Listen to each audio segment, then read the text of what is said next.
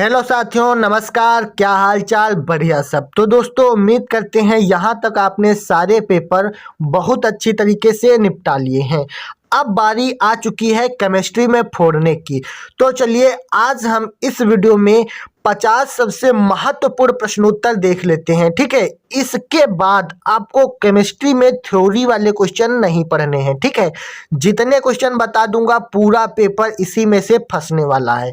तो चलिए शुरू करते हैं, लेकिन उससे पहले चैनल पर पहली बार आए हो तो सब्सक्राइब कर लीजिएगा और दोस्तों में भी शेयर कर दीजिएगा ताकि सबको फायदा मिल सके। ठीक है, तो इन 50 प्रश्न को अगर आप लोग तैयार कर लोगे तो मैं गारंटी लेता हूं 7 मार्च को आप 95% अंक जरूर पक्का करके आओगे। ठीक है, तो चलिए शुरू करते हैं। सबसे पहले हम लोग बहुविकल्पीय प्रश्नों से शुरू करके लघु उत्तरी, दीर्घ उत्तरी सारा कुछ इसी वीडियो में कवर कर लेंगे। ठीक है, तो चलिए शुरू करते हैं।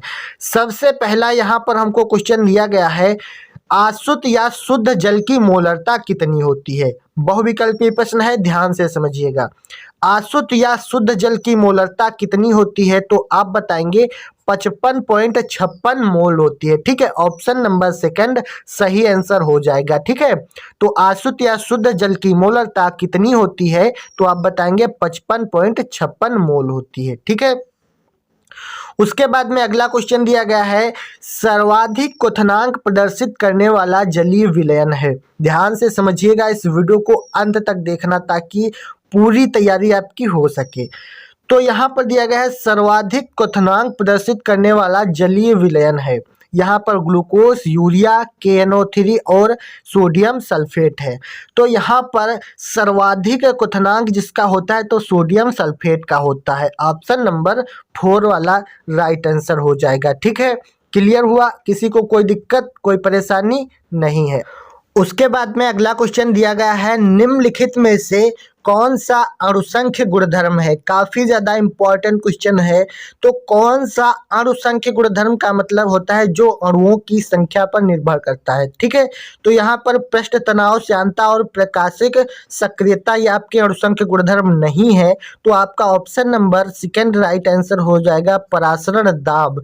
ठीक है, तो परासरण दाब एक अणुसंख्य गुणधर्म होता है। ठीक है, उसके बाद में अगला क्वेश्चन दिया गया है, काफी ज्यादा इंपॉर्टेंट है। क्वेश्चन है कि निम्नलिखित में से विलयन का कौन सा गुण अणुओं की संख्या पर निर्भर नहीं करता है? ठीक है, तो यहाँ पर आपने समझा परासरण दाब एक अणुसंख्य गुणधर्म है। ठीक है, तो यहाँ पर आपको ऑप्शन दिया गया है कि कौन सा नहीं है। तो वाष्प दाब, अवनमन, हिमांक अवनमन और परासरण दाब ये तीनों अणुओं की संख्या पर निर्भर करते हैं। तो यहाँ पर आपका राइट आंसर हो जाएगा पृष्ठ तनाव। ठीक है, ऑप्शन नंबर 4 पृष्ठ तनाव जो होता है वो अणुओं की संख्या पर निर्भर नहीं करता है। ठीक है, क्लियर हुआ? बात यहाँ तक समझ में आ गई? उसके बाद में आगे बढ़ते हैं। तो आप लोग वीडियो को अंत तक देखिएगा। ठीक है, पहले बहुविकल्पीय प्रश्न समझाएंगे, उसके बाद में आगे बहुत सारे इंपॉर्टेंट क्वेश्चनों को डिस्कस करने वाले हैं। चलिए अगला क्वेश्चन देखते हैं कि किसी भी इलेक्ट्रोड का इलेक्ट्रोड विभव निर्भर करता है। किसी भी इलेक्ट्रोड का इलेक्ट्रोड विभव निर्भर करता है मतलब किस चीज पर निर्भर करता है? ऑप्शन है धातु की प्रकृति पर, विलयन के ताप पर, विलयन की मोलरता पर या इन सभी पर।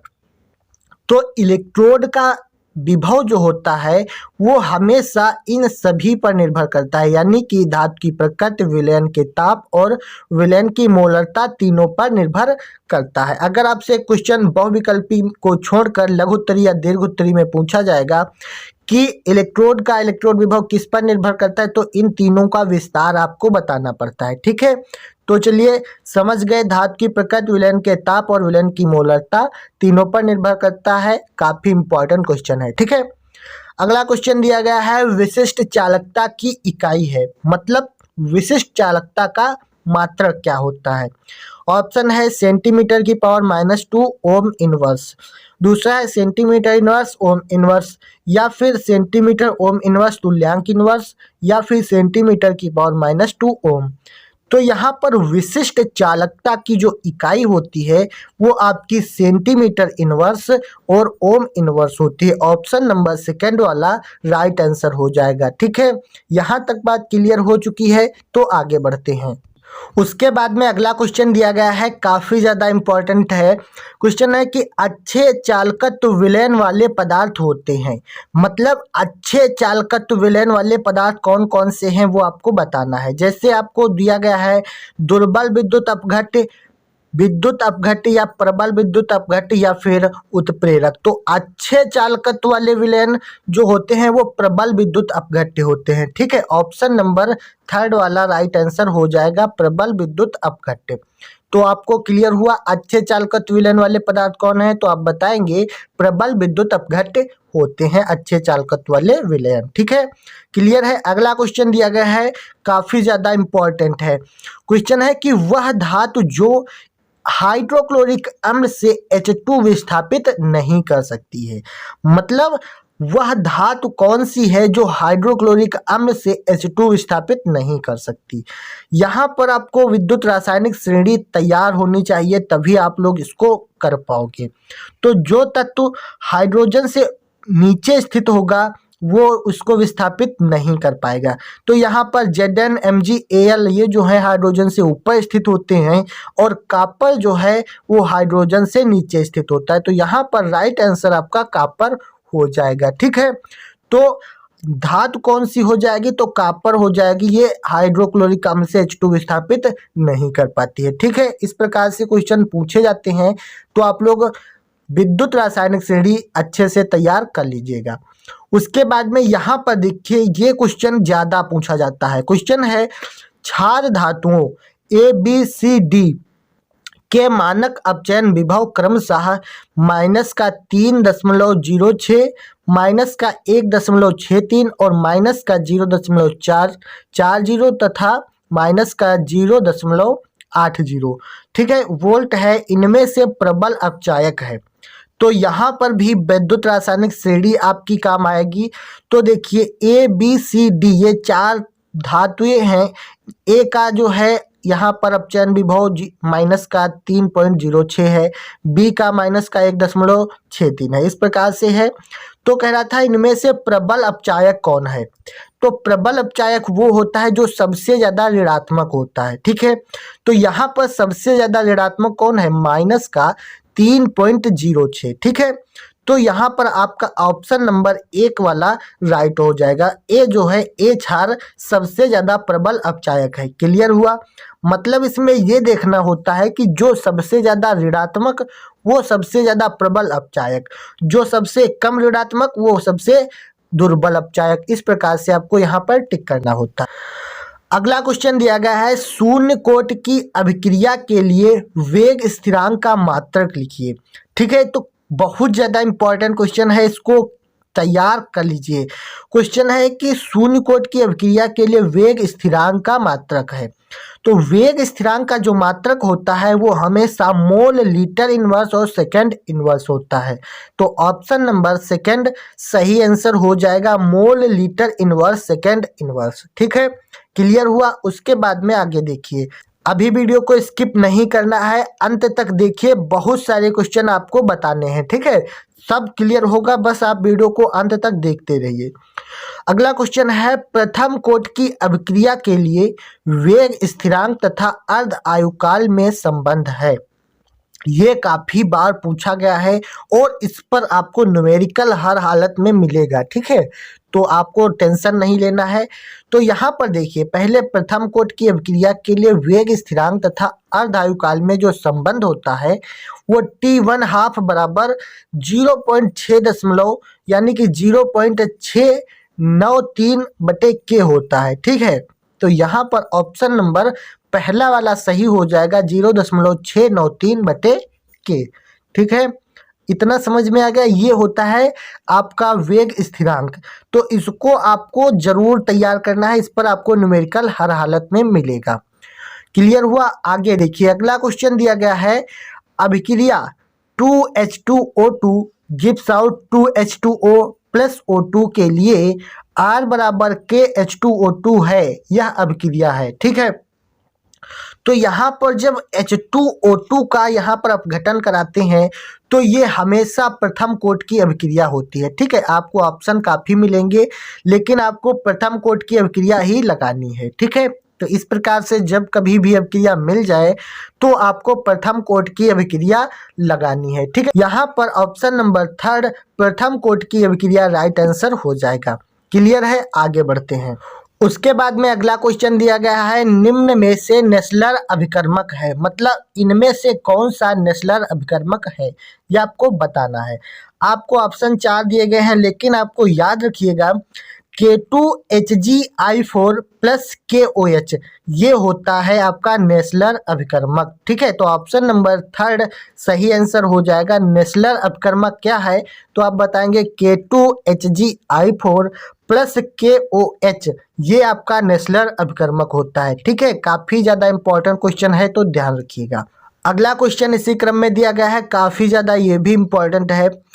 वह तत्व जिसकी इलेक्ट्रॉन बंधुता सबसे अधिक है, मतलब इन सब में सबसे ज़्यादा इलेक्ट्रॉन बंधुता वाला कौन सा तत्व है।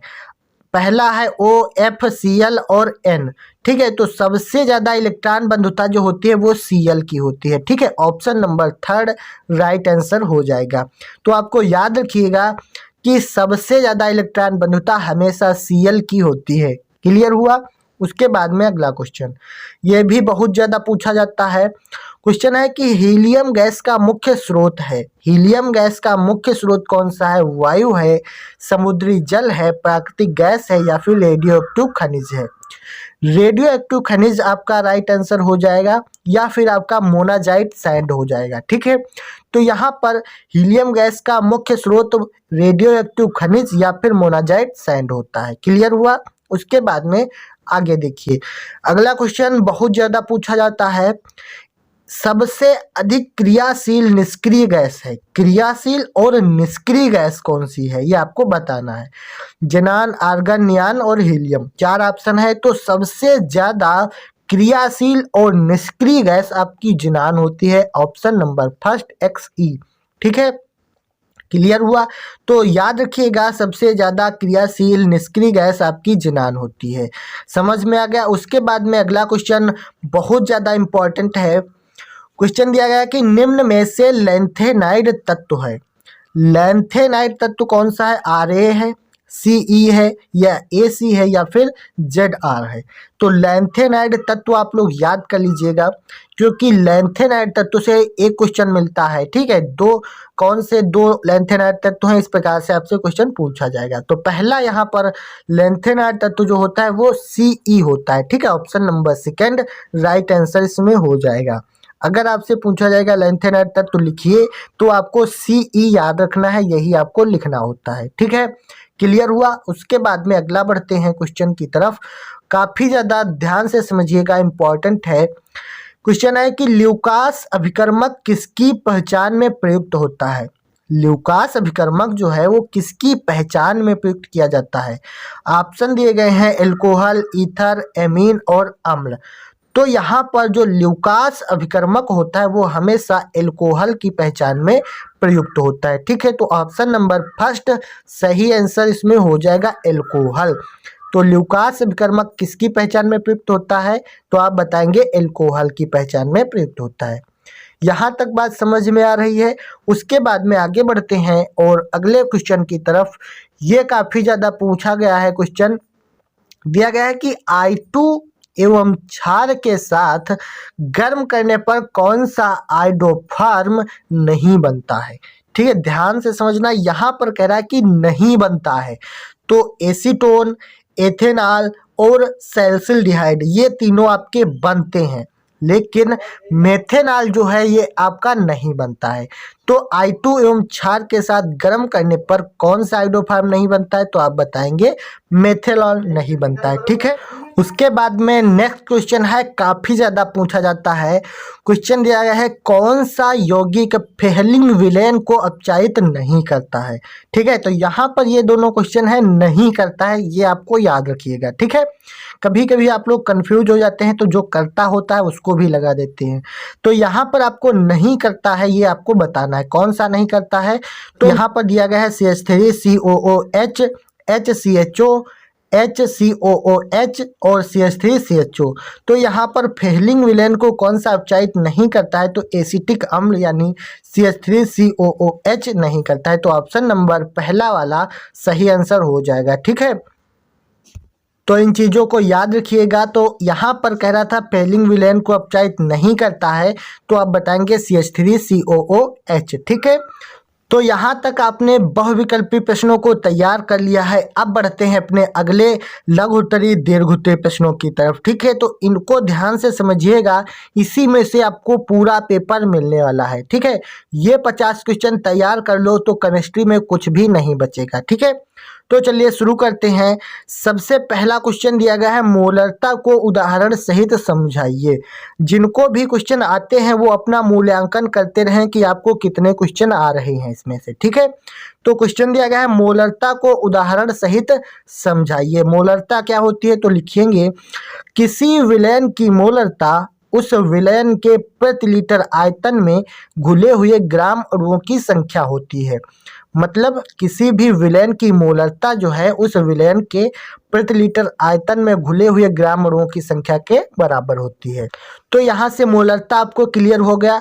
अब इसका सूत्र होता है मोलरता M बराबर विलेय का भार बटे विलेय का अणुभार। ठीक है, ये दोनों ऊपर हो जाएंगे, विलेय का भार बटे विलेय का अणुभार, और इस पूरे के बटे में हो जाएगा विलयन का आयतन, वो भी लीटर में होना चाहिए। ठीक है, तो विलेय का भार बटे विलेय का अणुभार और पूरे के बटे में विलयन का आयतन लीटर में। ये हो जाएगा मोलरता का सूत्र और ये हो जाएगी इसकी परिभाषा। मोलरता क्लियर हो गया। उसके बाद में अगला क्वेश्चन काफी ज्यादा इंपॉर्टेंट है। क्वेश्चन है कि मोल अंश से आप क्या समझते हैं। मोल अंश से आप क्या समझते हैं, या फिर यहाँ पर कहेगा मोल प्रभाज से आप क्या समझते हैं। ठीक है, तो मोल अंश और मोल प्रभाज दोनों की बात एक ही है। तो मोल प्रभाज में हम लिखते हैं विलयन के किसी घटक का मोल प्रभाज उस घटक के मोलों की संख्या तथा उस विलयन में उपस्थित कुल मोलों की संख्या के अनुपात के बराबर होता है। मतलब यहाँ पर है कि जिस भी घटक का मोल प्रभाज ज्ञात करना है उस घटक के मोलों की संख्या तथा उस विलयन में उपस्थित कुल मोलों की संख्या के अनुपात के बराबर क्या हो जाएगा, मोल प्रभाज हो जाएगा। ठीक है, तो इसी प्रकार से आपको इसका सूत्र निकालना है। जैसे मोल प्रभाज बराबर हो जाएगा घटक के मोलों की संख्या बटे विलयन में उपस्थित कुल मोलों की संख्या।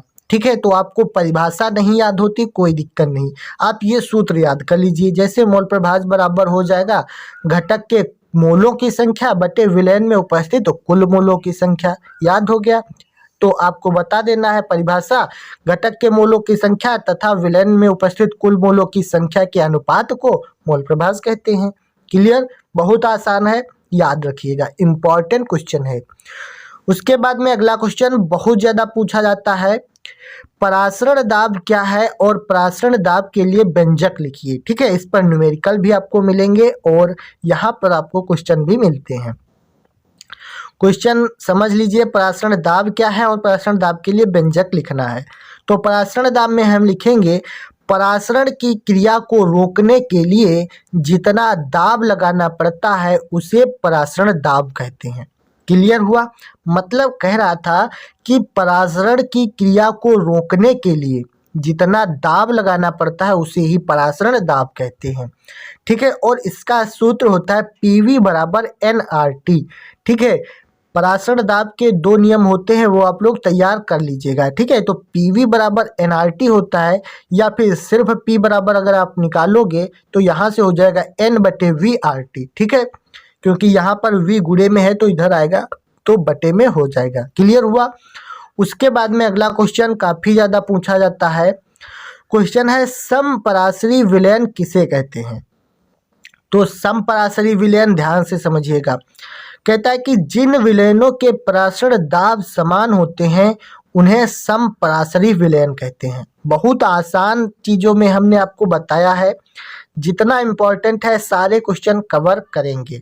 बस आपको इस वीडियो को प्यार और सपोर्ट दिखाना है और अंत तक देखना है। ठीक है, पूरी केमिस्ट्री इसी वीडियो में कवर हो जाएगी, कोई टेंशन आपको लेनी ही नहीं है, बस आपको अंत तक देखते रहना है। ठीक है, तो चलिए समपराशरी विलयन क्या है समझ गए आप लोग। जिन विलयनों के परासरण दाब समान होते हैं उन्हें समपराशरी विलयन कहते हैं। क्लियर हो गया। उसके बाद में अगला क्वेश्चन दिया गया है, ये काफी ज्यादा पूछा गया है और इम्पोर्टेंट क्वेश्चन है। क्वेश्चन है परासरणी गुणांक से आप क्या समझते हैं। परासरणी गुणांक यहाँ पर आपको बताना है क्या होता है। ठीक है, तो इसको समझ लीजिए। इसमें होता है परासरणी गुणांक से तात्पर्य आदर्श व्यवहार से विलयन की मात्रा है। मतलब आदर्श व्यवहार से विलयन की मात्रा जो होती है वही परासरणी गुणांक होता है। क्लियर हुआ। अब यहाँ पर है परासरणी गुणांक मोललता पर निर्भर करता है। अगर पूछ लेगा कि परासरणी गुणांक किस पर निर्भर करता है तो आपको बताना है परासरणी गुणांक मोललता पर निर्भर करता है। ठीक है, क्या यह क्वेश्चन आपको पहले से आता है? नीचे कमेंट करते रहिएगा। ठीक है, आगे बढ़ते हैं। बहुत ज़्यादा इंपॉर्टेंट क्वेश्चन दिया गया है, चालकत्व को परिभाषित कीजिए। चालकत्व क्या होता है ये आपको बताना है। काफ़ी बार यह क्वेश्चन आया हुआ है। ठीक है, आप लोग चाहो तो इसको कहीं भी अनसॉल्व पेपर में देख सकते हो। ठीक है, तो चालकत्व क्या है समझ लीजिए। इसमें हम लिखते हैं किसी विद्युत अपघट्य की जलीय विलयन में विद्युत धारा को प्रवाहित करने की क्षमता उसका विद्युत अपघटनीय चालकत्व कहलाता है। मतलब किसी विद्युत अपघट्य की जलीय विलयन में विद्युत धारा को प्रवाहित करने की क्षमता उसका विद्युत अपघटनीय चालकत्व कहलाता है। ठीक है, तो यहाँ तक आपको सारे क्वेश्चन समझ में आ गए होंगे। आगे बढ़ते हैं और अगले इंपॉर्टेंट क्वेश्चन को देख लेते हैं, लेकिन उससे पहले वीडियो को लाइक जरूर कर दो। ठीक है, क्योंकि बहुत सारी मेहनत करके वीडियो बनाए हैं आपके लिए। तो अगला क्वेश्चन दिया गया है, कोलराउस नियम पर संक्षिप्त टिप्पणी लिखिए। ठीक है, कोलराउस का नियम काफ़ी ज़्यादा इम्पोर्टेंट है। आपको अभी हम 5 नियम वाले वीडियो भी प्रोवाइड करेंगे, बस आपको चैनल को सब्सक्राइब करना है। कौन कौन से वो 5 नियम हैं जो बहुत ज़्यादा इम्पोर्टेंट है वो भी आपको बताएंगे। ठीक है, तो यहाँ पर देख लेते हैं, कोलराउस नियम पर संक्षिप्त टिप्पणी लिखिए क्वेश्चन है। तो इसमें हम लिखते हैं, इस नियम के अनुसार किसी विद्युत अपघट्य की मोलर चालकता अनंत तनुता पर उसके धनायनों तथा ऋणायनों की मोलर चालकताओं के योग के बराबर होती है। बहुत आसानी से आपको बताएंगे, बस आपको ध्यान से समझना है। क्वेश्चन है कि कोलराउस नियम पर संक्षिप्त टिप्पणी लिखिए। तो आपको लिखना है, इस नियम के अनुसार किसी विद्युत अपघट्य की मोलर चालकता अनंत तनुता पर उसके धनायनों तथा ऋणायनों की मोलर चालकताओं के योग के बराबर होती है। ठीक है, तो यहाँ पर लैम्डा एम इनफाइनाइट बराबर हो जाएगा positive lambda naught infinite plus negative lambda naught infinite. ठीक है, तो यहाँ पर धनायन और ऋणायन के योग के बराबर हो गया। बस इतना ही इसमें सूत्र लिखना होता है। उसके बाद में आगे बढ़ते हैं। अगला क्वेश्चन है, काफ़ी ज़्यादा पूछा गया, नेर्नस्ट समीकरण क्या है। नेर्नस्ट समीकरण इम्पॉर्टेंट क्वेश्चन है, इसको आप लोग बिल्कुल अभी के अभी तैयार कर लीजिएगा। ठीक है, तो क्वेश्चन है नेर्नस्ट समीकरण क्या है। तो आपको बताना है, इलेक्ट्रोड विभव तथा विलयन के सांद्रण के मध्य संबंध को दर्शाने वाली समीकरण नेर्नस्ट समीकरण कहलाती है। ठीक है, इसी प्रकार से आपको लिखना है। और यहाँ पर E बराबर E nought minus 2.303 RT upon NF log 10⁻1 upon M plus, ये होता है इसका सूत्र। तो नेर्नस्ट समीकरण क्या होती है और इसका सूत्र क्या होता है आपको याद रखना है। ठीक है, तो सिर्फ आपको सूत्र नहीं लिखना, ये भी लिख दीजिएगा कि इलेक्ट्रोड विभव तथा विलयन के सांद्रण के मध्य संबंध को दर्शाने वाली समीकरण नेर्नस्ट समीकरण कहलाती है, तभी आपको पूरा नंबर मिलेगा। उसके बाद में अगला क्वेश्चन दिया गया है, बहुत ज़्यादा पूछा जाता है, शून्य कोट की अभिक्रिया से आप क्या समझते हैं। ठीक है, शून्य कोट की अभिक्रिया से आप क्या समझते हैं, प्रथम कोट की अभिक्रिया से आप क्या समझते हैं। इस प्रकार से क्वेश्चन आपको मिलेंगे, तो आपको इनको तैयार कर लेना है। ठीक है, थ्योरी तो आपको कंप्लीट करके ही जानी है, बाकी रिएक्शन भी आपको बताएंगे, टेंशन नहीं लेना है। ठीक है, तो शून्य कोट की अभिक्रिया से क्या आप समझते हैं, तो ये बताएंगे कि वह अभिक्रिया जिसकी दर अभिकारकों की सांद्रता पर निर्भर नहीं करती है, शून्य कोट की अभिक्रिया कहलाती है। यहाँ पर जब कोई कोट ही नहीं होगी तो शून्य कोट की हो ही जाएगी, बिल्कुल कॉमन सी बात है ना। तो वह अभिक्रिया जिसकी दर अभिकारकों की सांद्रता पर निर्भर नहीं करती है शून्य कोट की अभिक्रिया कहलाती है। अब यहाँ पर आपको शून्य कोट की अभिक्रिया का व्यंजक भी तैयार होना चाहिए, ठीक है, और इसका सूत्र भी मालूम होना चाहिए, और वेग स्थिरांक का मान आपको निकालना आना चाहिए क्योंकि इस पर काफ़ी ज़्यादा न्यूमेरिकल आते हैं, ठीक है। अगला क्वेश्चन है इसी क्रम में बहुत ज़्यादा इम्पोर्टेंट, अभिक्रिया की कोटि को समझाइए, ठीक है। अभिक्रिया की कोटि को समझाइए मतलब कोटि क्या होती है और एक होता है आणविकता क्या होती है।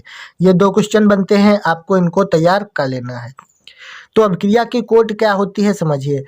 इसमें लिखेंगे कि अभिक्रिया की कोटि अभिकारक अणुओं अथवा आयनों की उस संख्या के बराबर होती है जिसकी सांद्रता पर अभिक्रिया का वेग निर्धारित करता है।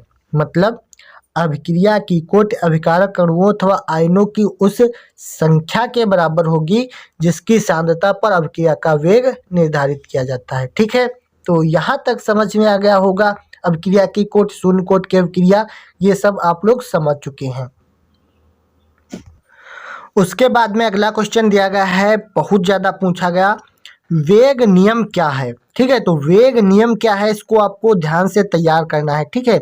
समझिए, इसमें लिखते हैं कि ऐसा नियम या वह गणितीय व्यंजक जो अभिकारकों की मोलर सांद्रता पर अभिक्रिया की दर की प्रायोगिक निर्भरता को दर्शाता है वेग नियम कहलाता है, ठीक है। इस प्रकार से आपको लिखना है, मतलब वह नियम या फिर ऐसा गणितीय व्यंजक जो अभिकारकों की सांद्रता पर अभिक्रिया की दर की प्रायोगिक निर्भरता को दर्शाता है वेग नियम कहलाता है, ठीक है। तो वेग नियम आप लोग समझ चुके हैं। उसके बाद में अगला क्वेश्चन दिया गया है, इसको ध्यान से समझिएगा, बहुत ज़्यादा इम्पॉर्टेंट है, ठीक है। कह रहा है कि हीलियम के दो उपयोग लिखिए, हीलियम के उपयोग, आर्गन के उपयोग, ठीक है। इन सारी गैसों के उपयोग आपको याद होने चाहिए। यहाँ पर हीलियम के पूछा गया है तो समझ लीजिए, हीलियम का उपयोग गुब्बारों में तथा वायुयान के टायरों में भरी जाती है। मतलब हीलियम जो गैस है वो गुब्बारों में भरी जाती है तथा वायुयान के टायरों में भरी जाती है। उसके बाद में दूसरा इसका उपयोग होता है गोताखोरों के श्वसन मिश्रण में हीलियम और ऑक्सीजन का मिश्रण मिलाया जाता है, ठीक है। तो गुब्बारों में और वायुयान के टायरों में भरी जाती है, गोताखोरों के श्वसन मिश्रण में हीलियम का उपयोग किया जाता है। तो इस प्रकार से आपको हीलियम के दो उपयोग लिखने हैं, ठीक है। और हीलियम के इसके बाद आर्गन के, जेनान के, रेडान के सारे उपयोग आपको याद होने चाहिए, ठीक है। तो मैं आपको सारा डाउट क्लियर करता चलूँगा, बस आपको वीडियो को अंत तक देखते रहिएगा, ठीक है। नेक्स्ट क्वेश्चन दिया गया है, इलेक्ट्रोड विभव क्या है, किसी धातु के इलेक्ट्रोड विभव को प्रभावित करने वाले कारकों का उल्लेख कीजिए, ठीक है। इलेक्ट्रोड विभव क्या है और इसके कारक कौन कौन से हैं ये आपको बताना है। तो इसमें हम लिखते हैं, जब किसी धातु की छड़ को उसके किसी लवण के विलयन में डुबोया जाता है तो धातु की छड़ विलयन के सापेक्ष धनावेशित या ऋणावेशित हो जाती है, अर्थात छड़ पर विलयन के सापेक्ष विभव आ जाता है। इस प्रकार की छड़ को इलेक्ट्रोड विभव कहते हैं, ठीक है। बहुत ज़्यादा इंपॉर्टेंट क्वेश्चन है इलेक्ट्रोड विभव, कि जब किसी धातु की छड़ को उसके किसी लवण के विलयन में डुबाते हैं तो धातु की छड़ धनावेशित या ऋणावेशित हो जाती है, इसी को इलेक्ट्रोड विभव कहते हैं। उसके बाद में इलेक्ट्रोड विभव को प्रभावित करने वाले कारक ये कौन से होते हैं, विलयन की सांद्रता, धातु की प्रकृति, विद्युत अपघट्ट की प्रकृति और ताप की परिस्थिति, ये होते हैं इलेक्ट्रोड विभव को प्रभावित करने वाले कारक। अगर ये क्वेश्चन दीर्घ उत्तरी में आता है तो इन चारों का आपको विस्तार लिखना पड़ेगा, ठीक है। अगर लघु उत्तरी में आता है तो आप लोग इतना ही लिख दोगे तो काम चल जाएगा। उसके बाद में बहुत ज़्यादा इम्पॉर्टेंट है, ये लॉन्ग में हमेशा पूछा जाता है, ठीक है। राउल्ट का नियम क्या है और इसकी सीमाएं क्या होती हैं। तो राउल्ट का नियम बहुत ज़्यादा इम्पॉर्टेंट है, इसको समझ लीजिए। इसमें लिखते हैं कि इस नियम के अनुसार किसी निश्चित ताप पर विलयन में वाष्प दाब का आपेक्षिक अवनमन विलेय के मोल प्रभाज के बराबर होता है। मतलब किसी निश्चित ताप पर विलयन में वाष्प दाब का आपेक्षिक अवनमन विलेय के मोल प्रभाज के बराबर होगा। मतलब P माइनस PS बटे P बराबर N1 बटे N1 प्लस N2, ठीक है। तो यहाँ पर P माइनस PS/P होता है और N1 प्लस N2 होता है। तो देख लीजिए, जहां पर P तथा PS क्रमशः विलायक तथा विलयन के वाष्प दाब है, मतलब ये P जो है वो विलायक का वाष्प दाब, PS जो है वो विलयन का वाष्प दाब है, ठीक है। और N1 और N2 जो है वो विलेय तथा विलायक के ग्राम अणुओं की संख्या है। तो इस प्रकार से आपको लिख देना है कि जहां पर P क्या है, P0 यानी PS क्या है, ठीक है। उसके बाद में आती हैं राउल्ट के नियम की सीमाएं। ये क्वेश्चन काफ़ी ज़्यादा पूछा जाता है, राउल्ट की नियम की सीमाएं क्या होती हैं। तो इसमें लिखते हैं कि राउल्ट का नियम केवल तन विलयनों के लिए लागू होता है, पहला नियम यानी पहली सीमा, ठीक है। तो राउल्ट का नियम केवल तन विलयनों के लिए लागू होगा। उसके बाद राउल्ट का नियम केवल अवाष्पशील विलेय से युक्त विलयनों के लिए लागू होता है। उसके बाद में अगला पॉइंट है, राउल्ट का नियम उन पर लागू नहीं होता है जिनमें विलेय के कण वियोजित हों, मतलब जिन विलयनों में विलेय के कण वियोजित होंगे राउल्ट का नियम उन पर लागू नहीं होगा, ठीक है। तो ये 3 इसकी सीमाएं होती हैं, ये आपको बेहतर तरीके से याद होनी चाहिए, ठीक है। तो इलेक्ट्रोड विभव को प्रभावित करने वाले कारक, राउल्ट का नियम, उसकी सीमाएं आपने तैयार कर ली हैं। उसके बाद में अगला क्वेश्चन दिया गया है, काफ़ी ज़्यादा इम्पोर्टेंट है, ध्यान से समझिएगा। क्वेश्चन है, संक्रमण तत्वों में रंगीन यौगिक बनाने की प्रवृत्ति होती है लेकिन क्यों, ठीक है, ये आपको बताना है। ये इसमें कह रहा है कि होती है लेकिन क्यों होती है, अंत में लिखा है, ठीक है।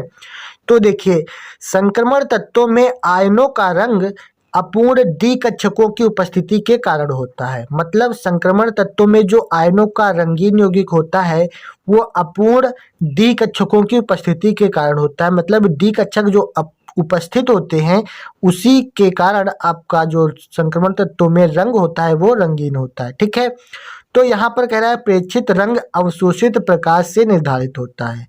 तो यहाँ पर क्लियर हो गया कि संक्रमण तत्वों में आयनों का रंग अपूर्ण डी कक्षकों की उपस्थिति के कारण होता है और प्रेक्षित रंग अवशोषित प्रकाश से निर्धारित होता है, क्लियर हुआ। उसके बाद में आगे बढ़ते हैं। अगला क्वेश्चन है, संक्रमण तत्वों में अनुचुंबकीय तथा प्रतिचुंबकीय लक्षण की एक उदाहरण द्वारा व्याख्या कीजिए। ये क्वेश्चन बहुत ज़्यादा इम्पोर्टेंट है। कह रहा कि संक्रमण तत्वों में अनुचुंबकीय तथा प्रतिचुंबकीय लक्षण की एक उदाहरण द्वारा व्याख्या कीजिए। हम आपको वही क्वेश्चन करवा रहे हैं जो इम्पोर्टेंट है, ठीक है। बस आपको वीडियो को अंत तक देखते रहना है, पूरी केमिस्ट्री तो आपकी यूं तैयार हो जाएगी, ठीक है। पहला उत्तर इसमें लिखेंगे कि संक्रमण तत्व और आयन अयुग्मित इलेक्ट्रॉनों की उपस्थिति के कारण अनुचुंबकीय गुण परिलक्षित करते हैं तथा युग्मित इलेक्ट्रॉनों के कारण संक्रमण तत्व प्रतिचुंबकीय गुण परिलक्षित करते हैं, ठीक है। यहाँ पर पूछा गया था कि अनुचुंबकीय और प्रतिचुंबकीय लक्षण की उदाहरण सहित व्याख्या। तो यहाँ पर होता है कि संक्रमण तत्व और आयन जो है अयुग्मित इलेक्ट्रॉनों की उपस्थिति के कारण अनुचुंबकीय गुण और युग्मित इलेक्ट्रॉनों की उपस्थिति के कारण प्रतिचुंबकीय गुण परिलक्षित यानी प्रदर्शित करते हैं, क्लियर हुआ। अब यहाँ पर देखिए Cu प्लस बराबर Ar3D10 ये होता है प्रतिचुंबकीय और Fe3 प्लस बराबर 3D5 ये होता है अनुचुंबकीय। तो ये दोनों क्लियर हो गए आपके प्रतिचुंबकीय और अनुचुंबकीय, समझ में आ गया। आगे बढ़ते हैं। उसके बाद में अगला क्वेश्चन दिया गया है, समन्वय संख्या को एक उदाहरण द्वारा स्पष्ट कीजिए। काफ़ी ज़्यादा इम्पॉर्टेंट क्वेश्चन है तो इसको समझ लीजिए, ध्यान से समझना, ठीक है। समन्वय संख्या कहे या फिर उपसा संयोजन संख्या कहे, बात एक ही है, ठीक है। तो यहाँ पर हम लिखते हैं, संकुल आयन या संकुल यौगिक में केंद्रीय धातु से परिबद्ध दाता परमाणुओं की संख्या धातु की उप संयोजन संख्या या फिर समन्वय संख्या कहलाती है, क्लियर हुआ। उसके बाद में उदाहरण देना है। तो देखिए K4FeCN6 में उदाहरण में केंद्रीय धातु Fe की उप संयोजन संख्या 6 है।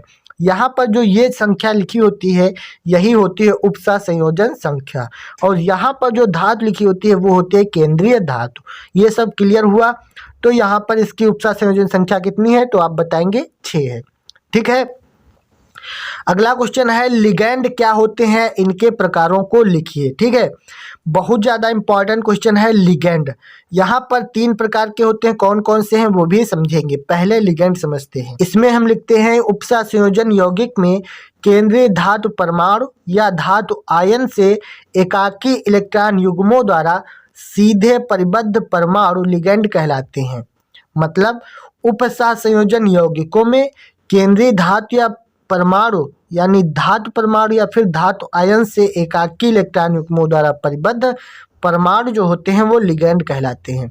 क्लियर हुआ लिगैंड क्या होते हैं। अब इसके बाद हम बात करेंगे लिगैंड के प्रकार। तो यहाँ से देख लीजिए लिगैंड 3 प्रकार के होते हैं। पहला है एकदंती लिगैंड, दूसरा है द्विदंती लिगैंड और तीसरा है बहुदंती लिगैंड। ठीक है, तो कभी कभी आपसे एक दंती द्विदंती अलग अलग पूछ लेता है, कभी कभी एक में पूछता है। तो आपको इनका विस्तार भी तैयार करना है। तो आप लोग कहाँ से करोगे, तो आप लोग अगर आप नोट्स बनाए हो तो वहाँ से कर लीजिएगा। ठीक है, तो लिगैंड 3 प्रकार के होते हैं, एक दंती, द्विदंती और बहुदंती। ठीक है, क्लियर हुआ। उसके बाद में अगला क्वेश्चन है टालेन अभिकर्मक क्या है, इसकी ग्लूकोज के साथ अभिक्रिया का समीकरण लिखिए। टालेन अभिकर्मक बहुत ज़्यादा पूछा जाता है, क्या होता है टालेन अभिकर्मक। इसमें हम लिखेंगे अमोनियम सिल्वर नाइट्रेट विलयन टालेन अभिकर्मक कहलाता है। मतलब अमोनियम सिल्वर नाइट्रेट विलयन जो होगा वो टालेन अभिकर्मक होता है। इतना समझ में आया। फिर पूछता है कि ग्लूकोज के साथ समीकरण, तो यहाँ पर लिखेंगे ग्लूकोज के साथ अभिक्रिया। तो टालेन अभिकर्मक ग्लूकोज टालेन अभिकर्मक को सिल्वर दर्पण में या सिल्वर के काले अवक्षेप में अपचयित कर देता है। मतलब यहाँ पर हुआ कि ग्लूकोज से जब टालेन अभिकर्मक की क्रिया कराते हैं तो ग्लूकोज टालेन अभिकर्मक को सिल्वर दर्पण में या फिर सिल्वर के काले अवक्षेप में अपचयित कर देता है। तो यहाँ पर ये ग्लूकोज का सूत्र होता है CHOCH का होल 4 और CH2OH, और इसके बाद में Ag2O ये हो जाएगा टालेन अभिकर्मक। इसकी जब हम क्रिया कराएंगे तो यहाँ से आपको प्राप्त होगा COOH CHOH का होल 4 और CH2OH, और यहाँ पर प्लस में 2Ag का यानी अवक्षेप प्राप्त होगा काला। ठीक है, ये हो जाए सिल्वर, इसका काला अवक्षेप प्राप्त हो जाएगा। तो ये हो जाती है टालेन अभिकर्मक से क्रिया। ठीक है, ग्लूकोज की। समझ में आ गया। उसके बाद में अगला क्वेश्चन, ये भी बहुत ज़्यादा इम्पॉर्टेंट है, इसको ध्यान से समझ लीजिए। क्वेश्चन है कि प्रोटीन का विकृतीकरण क्या है, समझाइए। ठीक है, तो प्रोटीन का विकृतीकरण क्या होता है ये आपको समझाना है, मोस्ट इम्पॉर्टेंट क्वेश्चन है। तो इसमें लिखते हैं जब प्रोटीन जलीय विलयन में गर्म की जाती है तो इनमें प्रबल अम्ल या प्रबल क्षार मिलाया जाता है, तो इनका अवक्षेपण हो जाता है और अवक्षेपित अवस्था में प्रोटीन विकृतीकृत प्रोटीन कहलाती है। मतलब यहाँ पर है जब प्रोटीन जलीय विलयन में गर्म की जाती है तो इनमें प्रबल अम्ल तथा प्रबल क्षार मिलाया जाता है, तो इनका अवक्षेपण हो जाता है और अवक्षेपित अवस्था में प्रोटीन विकृतीकृत प्रोटीन कहलाती है। ठीक है, अब यहाँ पर है विकृतीकरण के दौरान प्रोटीन की 2 डिग्री और 3 डिग्री संरचनाएं नष्ट हो जाती हैं, लेकिन 1 डिग्री संरचना अप्रभावित रहती है। ये पॉइंट आपको याद रखना है। इसमें 2 डिग्री और 3 डिग्री की संरचनाएं नष्ट हो जाएंगी और 1 डिग्री की संरचना अप्रभावित रहेगी। क्लियर हुआ। उसके बाद में नेक्स्ट क्वेश्चन है बहुत ज़्यादा इम्पोर्टेंट, न्यूक्लिक अम्ल क्या है, उदाहरण दीजिए।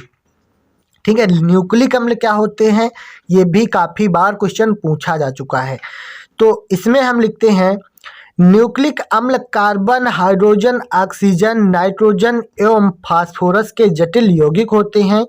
ये केंद्रक में पाए जाते हैं। ये 2 प्रकार के होते हैं। मतलब न्यूक्लिक अम्ल जो हैं वो कार्बन हाइड्रोजन ऑक्सीजन नाइट्रोजन एवं फास्फोरस के जटिल यौगिक हैं और ये केंद्रक में पाए जाते हैं। तो अगर आपसे पूछा जाएगा न्यूक्लिक अम्ल कितने प्रकार के होते हैं तो आपको बताना है 2 प्रकार के होते हैं। पहला है DNA और दूसरा है RNA। ठीक है, डीऑक्सी राइबो न्यूक्लिक एसिड और राइबो न्यूक्लिक एसिड। क्लियर हुआ। तो ये हो जाएंगे न्यूक्लिक अम्ल।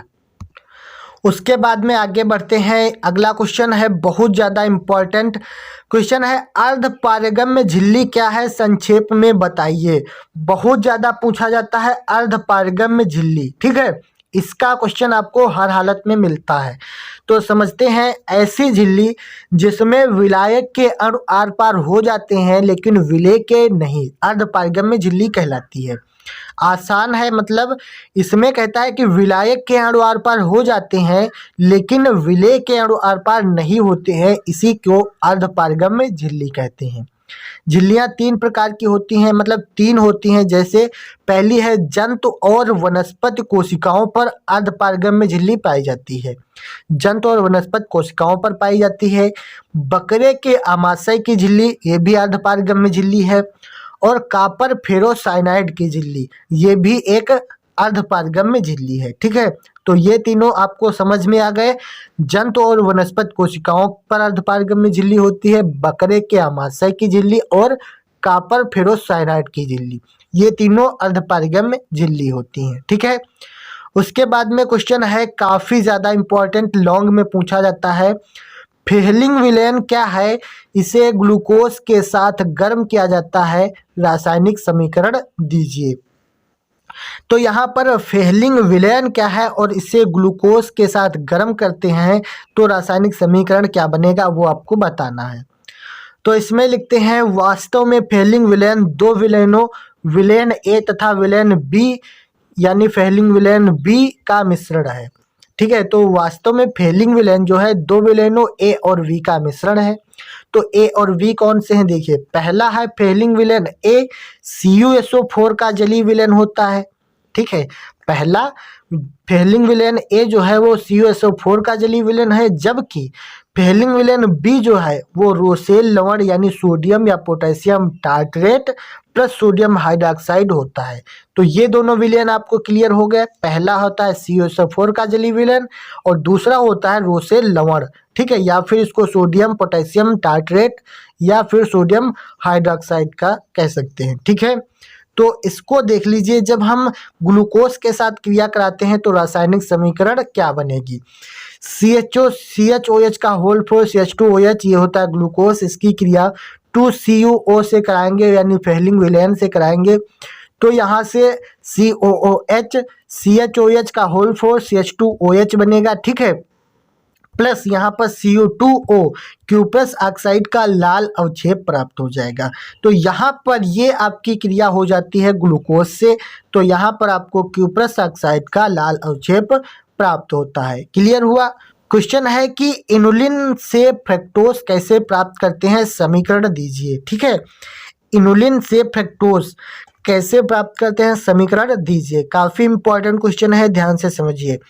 इसमें लिखते हैं, फ्रक्टोज को इनुलिन का तनु हाइड्रोक्लोरिक अम्ल HCl द्वारा जल अपघटन करके बनाया जाता है। मतलब फ्रक्टोज को इनुलिन का तनु हाइड्रोक्लोरिक अम्ल में जल अपघटन करके बनाया जाता है, जैसे यानी कि C6H10O5 का होल N, ये हो जाएगा। इसकी क्रिया NH2O से कराएंगे तनु HCl की उपस्थिति में। जब हम गर्म करते हैं तो यहाँ पर NC6H12O6 प्राप्त होता है, ये होता है फ्रक्टोज, ठीक है। तो यहाँ पर इनुलिन से फ्रक्टोज प्राप्त करने की ये रिएक्शन हो जाएगी, C6H10O5 का होल N प्लस NH2O तनु HCl की उपस्थिति में गर्म करेंगे तो NC6H12O6 प्राप्त होगा, ये हो जाएगा फ्रक्टोज, ठीक है। उसके बाद में नेक्स्ट क्वेश्चन देखते हैं। ये क्वेश्चन दिया गया है बहुत ज़्यादा इंपॉर्टेंट, लॉन्ग में पूछा जाता है। क्वेश्चन है, विद्युत रासायनिक श्रेणी के दो अनुप्रयोग लिखिए, ठीक है। विद्युत रासायनिक श्रेणी क्या होती है, इसके अनुप्रयोग क्या है, आपको याद होने चाहिए। इसमें हम लिखते हैं, विद्युत रासायनिक श्रेणी में उच्च विद्युत धनात्मक तत्व निम्न विद्युत धनात्मक तत्व को उनके लवणों के विलयन से विस्थापित कर देते हैं, ठीक है। तो ये होता है पहला। उसके बाद जैसे जिंक कॉपर सल्फेट के विलयन से कॉपर को विस्थापित कर देता है, मतलब जो ऊपर स्थित होता है वो अपने से नीचे स्थित धातुओं को उनके लवण के विलयन से विस्थापित कर देता है, ठीक है। तो यहाँ पर उदाहरण भी समझ लीजिए। फिर यहाँ पर दूसरा अनुप्रयोग है, विद्युत रासायनिक श्रेणी में आयरन से नीचे स्थित धातुओं के ऑक्साइडों का हाइड्रोजन द्वारा अपचयन हो जाता है। मतलब विद्युत रासायनिक श्रेणी में आयरन से नीचे स्थित धातुओं का ऑक्साइडों का हाइड्रोजन द्वारा अपचयन हो जाएगा। ठीक है, तो ये दोनों विद्युत रासायनिक श्रेणी के अनुप्रयोग हैं, इनको आपको तैयार कर लेना है। ठीक है, तो नाइट्रोबेंजीन बनाने की दो विधियां, अम्लीय व उदासीन माध्यमों में अपचयन की अभिक्रिया, ये सभी आपको दिखानी है। इसमें 5 नंबर में क्वेश्चन पूछा गया है। ठीक है, तो नाइट्रोबेंजीन बनाने की विधि पहली होती है बेंजीन से। C6H6 की क्रिया HNO3 से कराएंगे तो यहाँ पर C6H5NO2 और प्लस H2O प्राप्त होगा। फिर यहाँ पर C6H5N2Cl से जब क्रिया कराएंगे HNO2 की, तो यहाँ से हमको C6H5NO2 प्राप्त होगा प्लस HCl और N2 गैस निकलेगी। ठीक है, तो ये हो जाएगी नाइट्रोबेंजीन बनाने की दो विधियाँ। अब कह रहा है कि इसकी अम्लीय व उदासीन माध्यमों में अपचयन अभिक्रिया, तो यहाँ पर सबसे पहले हम अम्लीय माध्यम में अपचयन अभिक्रिया लिखेंगे। तो C6H5NO2 की 6H से अपचयन कराएंगे SN और HCl की उपस्थिति में, तो यहाँ पर C6H5NH2 यानी एनिलीन प्राप्त हो जाएगी प्लस 2H2O बाहर निकलेगा। तो ये हो जाएगी अम्लीय माध्यम में अपचयन अभिक्रिया। उसके बाद उदासीन माध्यम में अपचयन अभिक्रिया के लिए हमको C6H5NO2 प्लस 4H की अपचयन कराएंगे Zn और NH4Cl की उपस्थिति में, तो यहाँ से C6H5NO मिलेगा और इसका फिर से हाइड्रोजन से अपचयन कराएंगे तो यहाँ पर C6H5NHOH प्राप्त हो जाएगा। ठीक है, तो ये है इसकी अभिक्रियाएं अम्लीय माध्यम में और उदासीन माध्यम में, और ये दोनों हो जाएंगी नाइट्रोबेंजीन बनाने की दो विधियां। ठीक है, ये लॉन्ग में क्वेश्चन पूछा जाता है तो आप लोग इसको बेहतर तरीके से तैयार कर लीजिएगा। ठीक है, उसके बाद में कुछ बहुविकल्पी प्रश्न ध्यान से समझ लीजिए। क्वेश्चन है कि निम्न में से कौन सा विलयन अणुसंख्य गुणधर्म नहीं है। तो ये क्वेश्चन काफी बार पूछे गए हैं, इसीलिए आपको करवा रहे हैं। तो कौन सा अणुसंख्य गुणधर्म नहीं है, तो आप बताएंगे पृष्ठ तनाव नहीं है। उसके बाद में हिमांक में अवनमन सीधा समानुपात दर्शाता है, ये क्वेश्चन है। तो किससे दर्शाता है, तो विलयन की मोललता से दर्शाता है। ठीक है, अगर पूछा जाएगा हिमांक में अवनमन सीधा समानुपात दर्शाता है तो आप बताएंगे विलयन की मोललता से। ठीक है, उसके बाद में क्वेश्चन है कि निम्न में से किस 0.1 मोल जलीय विलयन का हिमांक न्यूनतम होगा, तो आप बताएंगे पोटेशियम सल्फेट का जो है हिमांक सबसे न्यूनतम होता है। ठीक है, उसके बाद में अगला क्वेश्चन है किसी इलेक्ट्रोड का इलेक्ट्रोड विभव निर्भर नहीं करता है, तो किस पर निर्भर नहीं करता है, धातु की प्रकृति पर, विलयन में उपस्थित आयनों की सांद्रता पर, दाब पर या ताप पर। तो मैंने आपको अभी ये 3 बताए थे किस पर निर्भर करता है, और यहाँ पर जो दाब पर निर्भर नहीं करता है, तो ऑप्शन नंबर सी यहाँ पर राइट आंसर हो जाएगा। ठीक है, तो इस प्रकार से हमने आपको टोटल 50 महत्वपूर्ण प्रश्न तैयार करवा दिए हैं। ठीक है, अगर आप लोग इनको तैयार कर लोगे तो केमिस्ट्री में इसके बाहर थ्योरी से क्वेश्चन नहीं फंसेगा। ठीक है, अब अगला वीडियो हमारा आएगा, उस पर हम आपको इम्पॉर्टेंट रिएक्शन बताएंगे। ठीक है, रिएक्शन जितनी भी अभिक्रियाएं होंगी बनाने की, विद प्रयोगशाला, विद इम्पॉर्टेंट चित्र, सब कुछ बताएंगे। ठीक है, बस इस वीडियो में थ्योरी हो गई, अगली वीडियो में आपको रिएक्शन वाला पोर्शन हो जाएगा, फिर एक वीडियो में न्यूमेरिकल हो जाएंगे, पूरी केमिस्ट्री 3 वीडियो में खत्म हो जाएगी। ठीक है, तो चैनल पर पहली बार आए हो तो सब्सक्राइब कर लीजिएगा और दोस्तों में शेयर कर दीजिएगा। ठीक है, वीडियो पसंद आई हो तो लाइक करके चैनल को जरूर सब्सक्राइब कर दीजिएगा। ठीक है, चलिए बाय बाय, मिलते हैं अगली वीडियो में, तब तक के लिए जय हिंद, वंदे मातरम।